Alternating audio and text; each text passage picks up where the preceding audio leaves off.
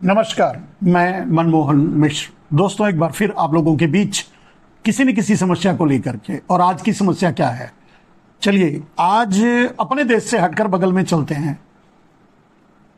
कुछ साल हुए, शायद कुछ महीने या कुछ साल हुए होंगे, हम आप सब मिलकर के बांग्लादेश देख रहे थे, माफ कीजिएगा श्रीलंका देख रहे थे। और आज वही हाल हम बांग्लादेश का देख रहे हैं। दोस्तों, बांग्लादेश में विद्रोह हो गया है। शेख हसीना भाग गई के नारे लगाए जा रहे हैं। अब समझना आपको यह है कि यह विद्रोह क्यों हुआ और मैं इसे श्रीलंका से क्यों जोड़ रहा हूं।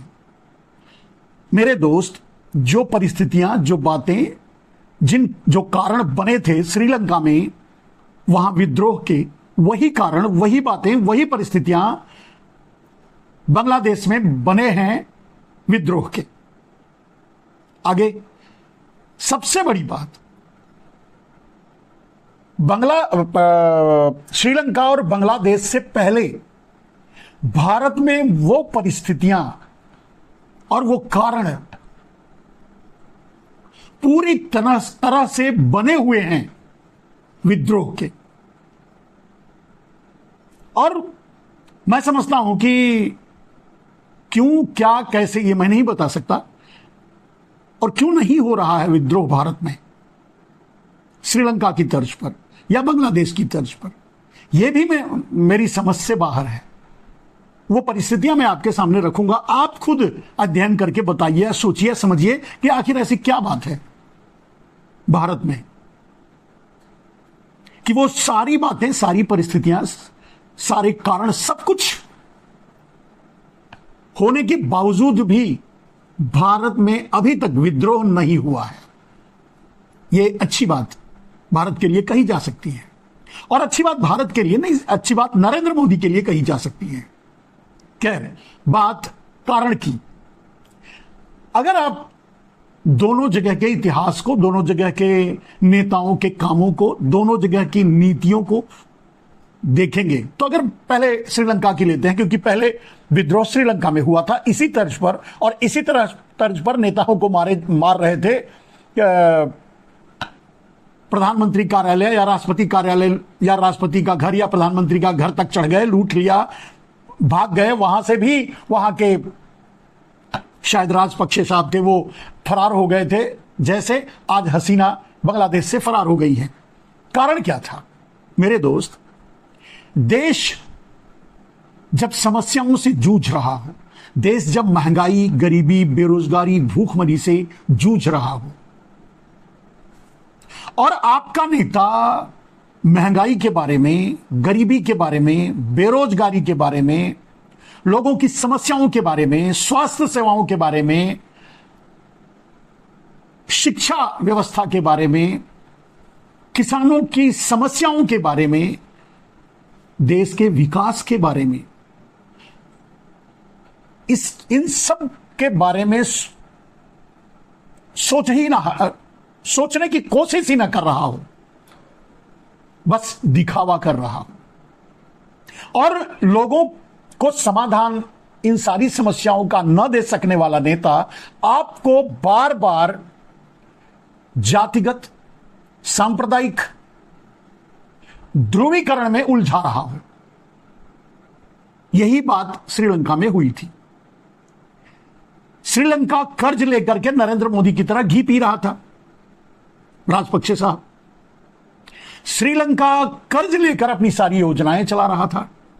श्रीलंका के ऊपर कर्ज उसकी योजनाएं या उसकी अपनी जीडीपी या उसकी अपनी औकात से बाहर निकल गया।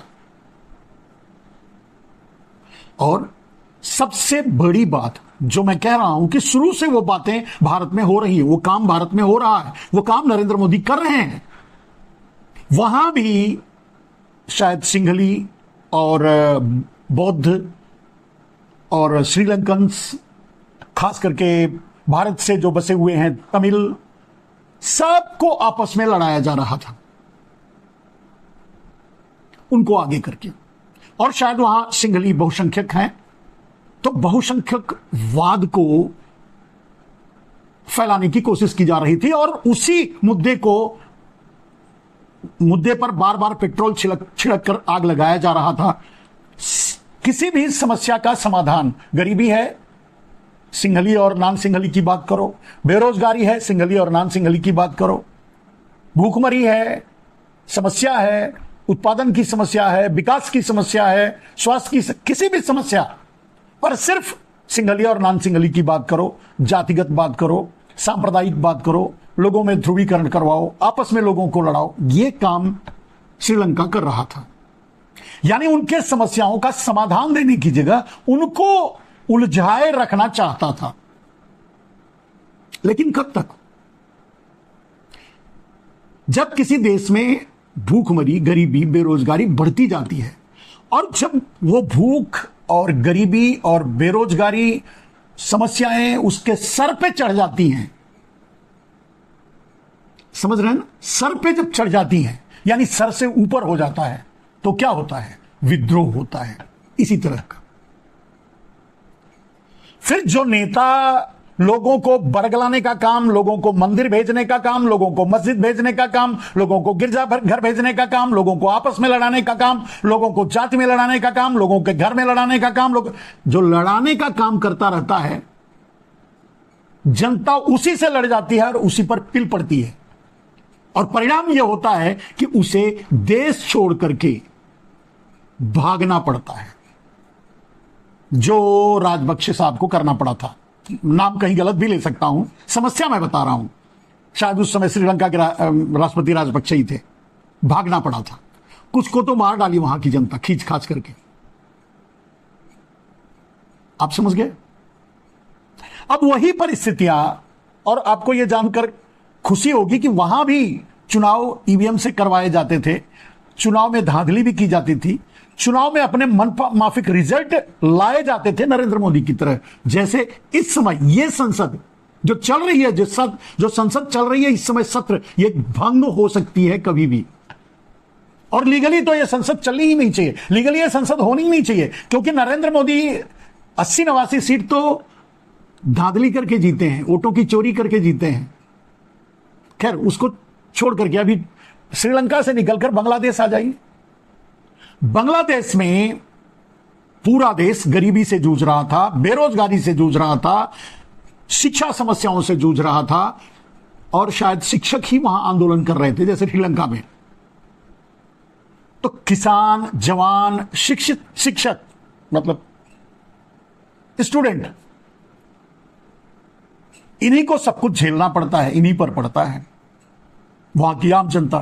तो श्रीलंका की तर्ज पर बांग्लादेश की जनता भी झेलते, और शेख हसीना का एक ही काम था, नरेंद्र मोदी की तरह वहां भी चुनाव ईवीएम से ही होता था। चुनाव परिणाम आ जा रहे थे तो किसी को भरोसा नहीं होता था कि शेख हसीना जीत गई, और चुनाव पे चुनाव जीते चली जा रही थी शेख हसीना। जिस कहने का अर्थ यह है कि लोगों को पता है कि वो वोट किसको दे रहे हैं और जीत कौन रहा है। चलिए थोड़ा और आगे बढ़ करके बांग्लादेश के बारे में समझते हैं। तो बांग्लादेश में जब बेरोजगारी, गरीबी, भूखमरी समस्याएं इतने आगे निकल गई कि वो सर पर चढ़ गई,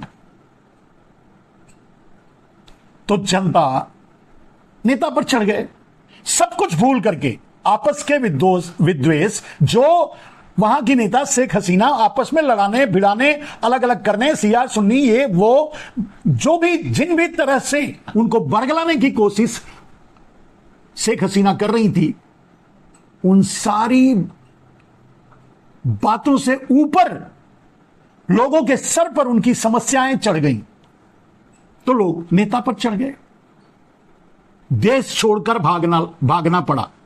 वहां की जनता नारे लगा रही है, शेख हसीना भाग गई। शेख हसीना के भाग जाने के एवज में दूसरे जो बांग्लादेशी दूसरे देशों में रहते हैं वहां खुशियां मना रहे हैं। मेरे दोस्त, वो सारी चीजें, वो सारी बातें, वो सारी समस्याएं, वो सारे तौर तरीके वहां भी चल रहे थे जो भारत में चल रहा है इन 10 सालों से। ये सारी समस्याएं, सारी बातें, सारे तौर तरीके, सारा षड्यंत्र सब कुछ श्रीलंका में चल रहा था काफी दिनों से, जिसका परिणाम श्रीलंका को भुगतना पड़ा और जिसका परिणाम अब बांग्लादेश को भुगतना पड़ा है। अब बारी भारत की है। मेरे दोस्त, आज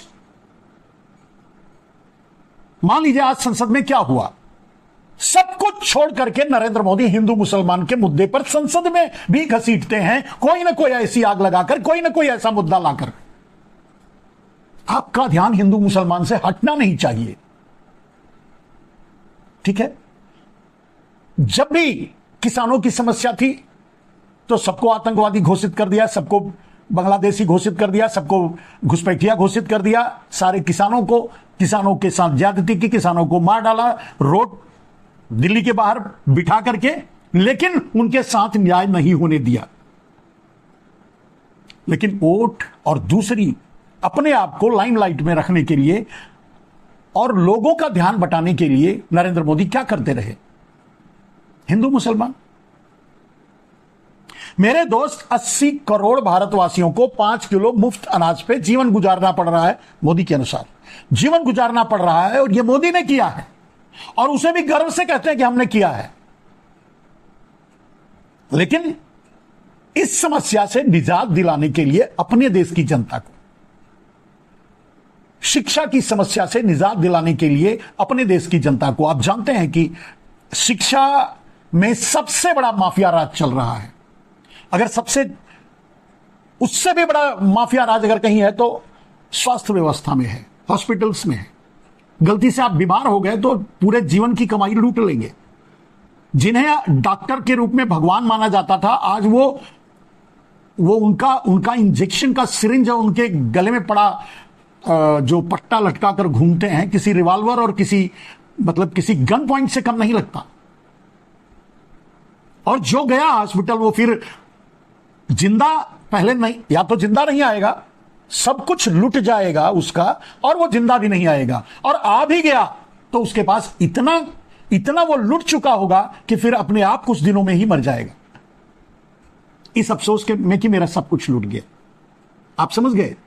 दोनों इस देश के माफिया चला रहे हैं, हॉस्पिटल्स माने स्वास्थ्य व्यवस्था और शिक्षा व्यवस्था। और नरेंद्र मोदी क्या कर रहे हैं? मदरसों पर कार्रवाई कर रहे हैं, हिंदू मुसलमान कर रहे हैं, श्मशान और कब्रिस्तान कर रहे हैं, 3 तलाक कर रहे हैं, मीट मछली और मुर्गा कर रहे हैं, भैंस गाय और पता नहीं क्या क्या, आप जानते हैं। तो मेरे दोस्त, 80 करोड़ लोगों के हाथों में कटोरा थमा करके, लोगों की शिक्षा छीन करके, अब जो 80 करोड़ लोग 5 किलो अनाज के लिए, जिसकी वैल्यू 125 या 100-150 के अंदर है, उसके लिए जो लाइन लगाता होगा, क्या वो अपने बच्चों को पढ़ाने के लिए 5,000-6,000 महीने की फीस दे पाता होगा? यानी 80 करोड़ लोगों के बच्चे अब शिक्षा से वंचित हैं। यही सच है ना? सोच के देखिए, किसके पास पैसा है कि वो 5,000-6,000 रुपया महीना फीस दे पाए अपने बच्चों का, इससे भी ज्यादा। माने शिक्षा का प्राइवेटाइजेशन लूट का एक तंत्र बन गया, माफिया तंत्र। और अब तो सिर्फ हर जगह, चाहे वो शिक्षा हो, चाहे वो हॉस्पिटल हो, चाहे वो लूट के जितने आयाम हैं, वो सब के सब गुजराती चला रहे हैं। यानी नरेंद्र मोदी ने गुजरातियों को, मतलब चोर गुजरातियों की बात कर रहा हूं, सारे गुजरातियों की नहीं, वो भी बेचारे मर रहे हैं, चोर माफिया गुजरातियों को, जो उनके आसपास रहते हैं नरेंद्र मोदी के, उनको पूरे देश को लूटने का लाइसेंस दे दिया है। और इस समस्या पर, इस घटना पर, इस षड्यंत्र पर आपका ध्यान न जाए, इसके लिए नरेंद्र मोदी हिंदू मुसलमान करते हैं। एक बात ध्यान रखिए, कांवड़िए जब निकलते हैं तो उन पर फूल बरसाते हैं, ठीक है, और वही कांवड़िए जब रोजगार मांगने जाते हैं, नौकरी मांगने जाते हैं, तो उन पर आंसू गैस, गोले और डंडे बरसाते हैं। वो किसान भी होते हैं कांवड़िया, जो कांवड़ लेकर जाते हैं, एक धार्मिक प्रथा है। छोड़िए, मैं इतना डीप नहीं जानता धार्मिक धर्म के बारे में, जितना जानता हूं उतने के अनुसार ही बता रहा हूं। तो उन पर फूल बरसाते हैं, वो भी किसान हैं। लेकिन वही किसान अपनी समस्या लेकर अगर आंदोलन करें, कोई डिमांड करें या मिनिमम सपोर्टिंग प्राइस एमएसपी मांगे, तो आंसू गैस के गोले गोली और कीले ठोक देते हैं भैया रास्ते में। यह है नरेंद्र मोदी का। मैं नहीं समझता कि बांग्लादेश में जितना अत्याचार हुआ था वहां की आम जनता पर, मैं नहीं समझता कि श्रीलंका में इतना अत्याचार हुआ था वहां की आम जनता पर, जितना अत्याचार भारत में यहां की आम जनता पर हो रहा है। यहां के लोकतंत्र का गला सीधे दबाया जा रहा है, यहां के संविधान को सीधे खत्म करने की बात की जा रही है। और यह भी सच है, जिस तरह श्रीलंका की जनता वोट राजपक्षे को नहीं देती थी, जिस तरह बांग्लादेश की जनता वोट शेख हसीना को नहीं देती थी। आप सोच के देखिए, शेख हसीना को जब वोट देते तो आज इस तरह मारकर उनको भगाते। वही उसी तरह भारत में वोट कोई नरेंद्र मोदी को नहीं दे रहा है, जबरदस्ती सिस्टम के जरिए छीन ले रहे हैं। अब सोच के देखिए फिर क्या होता है। जिस तरह बांग्लादेश में, जिस तरह श्रीलंका में लोग, क्योंकि लोगों को पता है, जैसे मान लीजिए किसान हैं, गरीब हैं, नौजवान हैं, बेरोजगार हैं, नौजवानों से उनका हक छीन लिया, उनको अग्निवीर बना दिया, 4 साल नौकरी करो, उसके बाद अडानी की प्राइवेट आर्मी में ज्वाइन करो, देश से लड़ो। देश के लिए नहीं, देश से लड़ो। मेरे दोस्त, आज जो घटनाएं बांग्लादेश में हुई, जो घटनाएं श्रीलंका में हुई, जो घटनाएं बांग्लादेश में हुई, जब ऐसी घटना भारत में होगी, उसी से निपटने के लिए नरेंद्र मोदी अडानी के साथ मिलकर प्राइवेट आर्मी बनाना चाहते हैं। आगे भी उनकी योजना है, रह गए तो करेंगे। और उस प्राइवेट आर्मी की भर्ती के लिए मुफ्त में ट्रेनिंग और सारी शिक्षा, सब कुछ 4 साल सेना से दिलवा देंगे। जब वो बाहर निकलेंगे तो अडानी की प्राइवेट आर्मी में भर्ती करवा देंगे। प्राइवेट आर्मी मतलब सिक्योरिटी, मतलब वो अडानी के संस्थानों की रक्षा करेगी। जरूरत आने पर नरेंद्र मोदी के कहने पर आप पर, हम पर गोलियां चलाएंगी। सोचिए, यही काम अंग्रेजों ने किया था ईस्ट इंडिया कंपनी के जरिए। ईस्ट इंडिया कंपनी के संस्थानों पर सिक्योरिटी गार्ड के रूप में रखे गए थे, जो सैनिक रूप के रूप में परिवर्तित होकर आप पर गोलियां बरसाए, गोलियां चलाए, आपको गुलाम बनाया। वही काम नरेंद्र मोदी कर रहे हैं। यह बात जनता समझ रही है। पूरी काशी, पूरी अयोध्या, पूरा देश अगर नरेंद्र मोदी अडानी को बेच दिए, पूरे संस्थान, पूरे पीएसयू, पूरा एयरपोर्ट, पूरा रोड, रेल, सब कुछ अगर नरेंद्र मोदी अडानी को बेच रहे हैं, तो किस लिए? और परिणाम क्या होगा मेरे दोस्त? आपके साथ क्या होगा उसके बाद यह सोचकर देखिए। और इसीलिए यही तो मैं बोल रहा हूं, यही तैयारी चल रही है नरेंद्र मोदी की। लेकिन आपने वोट नहीं दिया, क्योंकि आप समझ गए, उत्तर प्रदेश के लोग समझ गए, मध्य प्रदेश के लोग समझ गए, पूरे देश के लोग समझ गए, पूरे देश के लोगों ने वोट नरेंद्र मोदी को नहीं दिया, भारतीय जनता पार्टी को नहीं दिया। तो मोदी ने वोट छीन लिया। 80-90 सीटों पर गोलमाल करके, घपला करके बहुमत के करीब तक पहुंच गए। 2 दलालों को मिला करके बन गए प्रधानमंत्री। फिर बढ़ गए आपकी छाती पर पनौती। लेकिन ये बातें जब जनता समझ रही है कि नरेंद्र मोदी क्या कर रहे हैं, क्या नरेंद्र मोदी जो कर, जैसे नरेंद्र मोदी ने वोट लूटा, किसी ने वोट नहीं दिया, जो वोट नहीं दिया है बीजेपी को, और उसके सामने यह है कि उसने तो वोट नहीं दिया और सबने नहीं दिया, दिखाई तो ऐसा ही दे रहा है, लेकिन फिर भी नरेंद्र मोदी जीत रहे। कैसे? और जब यह बात उसके समझ में आएगी, उसे समझ में आएगी कि उसके वोटों को लूटा जा रहा है, उसके मैंडेट को दबाया जा रहा है, उसके हक को खत्म किया जा रहा है। और यहां तक तो छोड़िए मेरे दोस्त, अब तो बिल लाने वाले हैं संसद में। हम आप जैसे लोग बोल करके किसी को कुछ बताते हैं ना, अब वो भी नहीं बोल पाएंगे। मीडिया उनके माफियाओं की है, उन्हीं चोर माफिया गुजरातियों की, मतलब चोर गुजरातियों की, सारे गुजरातियों की बात नहीं कर रहा हूं, उनके मित्रों में जो है माफिया, उनकी है। तो उनके आपकी आवाज भी कहीं नहीं पहुंचने देंगे। आप भीख मांग के मर जाएंगे, आप तरस के मर जाएंगे, आप शिक्षा के लिए मर जाएंगे, आप पानी के लिए मर जाएंगे, आप बिजली के लिए मर जाएंगे, आप रोड पर चलने के लिए मर जाएंगे, आप कहीं आने जाने के लिए मर जाएंगे, आप एयरपोर्ट यूज नहीं कर पाएंगे, आप पोर्ट यूज नहीं कर पाएंगे, आप कोई बिजनेस नहीं कर पाएंगे, सिर्फ गुजराती बिजनेस करेंगे। नरेंद्र मोदी के प्लान के अनुसार मैं बता रहा हूं। और जब आप आवाज उठाएंगे इस तरह, जैसे श्रीलंका में हुआ, जैसे बांग्लादेश में हुआ, आवाज उठाने की कोशिश करेंगे तो आप पर गोलियां चलाई जाएंगी अडानी की प्राइवेट आर्मी द्वारा। भले ही यहां की सेना इनको सपोर्ट ना करे, क्योंकि अत्याचार का सपोर्ट समर्थन सेना तो कर नहीं सकती, सेना नहीं करेगी। जब सेना अपने ही देशवासियों पर गोलियां नहीं चलाएंगी तो क्या होगा? मेरे दोस्त, एक घटना बताता हूं। नरेंद्र मोदी ने पूरा प्लान करके लाल किले की घटना करवाई थी किसान आंदोलन के टाइम पे, किसानों पर गोलियां चलवाने के लिए। लेकिन जो जवान वहां तैनात थे वो किसानों के बेटे थे, उन्होंने गोलियां किसानों पर नहीं चलाई। खुद भले ही खाई में गिर गए लेकिन गोलियां नहीं चलाई। यह आदेश ऊपर से चलाने का था, नहीं चलाने का नहीं था। बच गई। जवानों ने अपने मॉरल रिस्पॉन्सिबिलिटी को समझा। इसी तरह से जब नरेंद्र मोदी एक गलत आदेश देंगे सेना को भी, तो वो नहीं मानेगी। तब क्या करेंगे नरेंद्र मोदी? दमन करने के लिए प्राइवेट आर्मी। इसीलिए तो मैं बोल रहा हूं 5 साल 4 साल के बाद निकलेंगे, उनको अडानी के संस्थानों में सिक्योरिटी के नाम पर भरा जाएगा, बाद में उन्हीं को हमारे खिलाफ, आपके खिलाफ गोलियां और सब, यहां तक कि गोला बारूद, गोली, बंदूक, सब कुछ तो वही बना रहे हैं, सब कुछ तो अडानी ही बना रहे हैं, तो अडानी दे देंगे।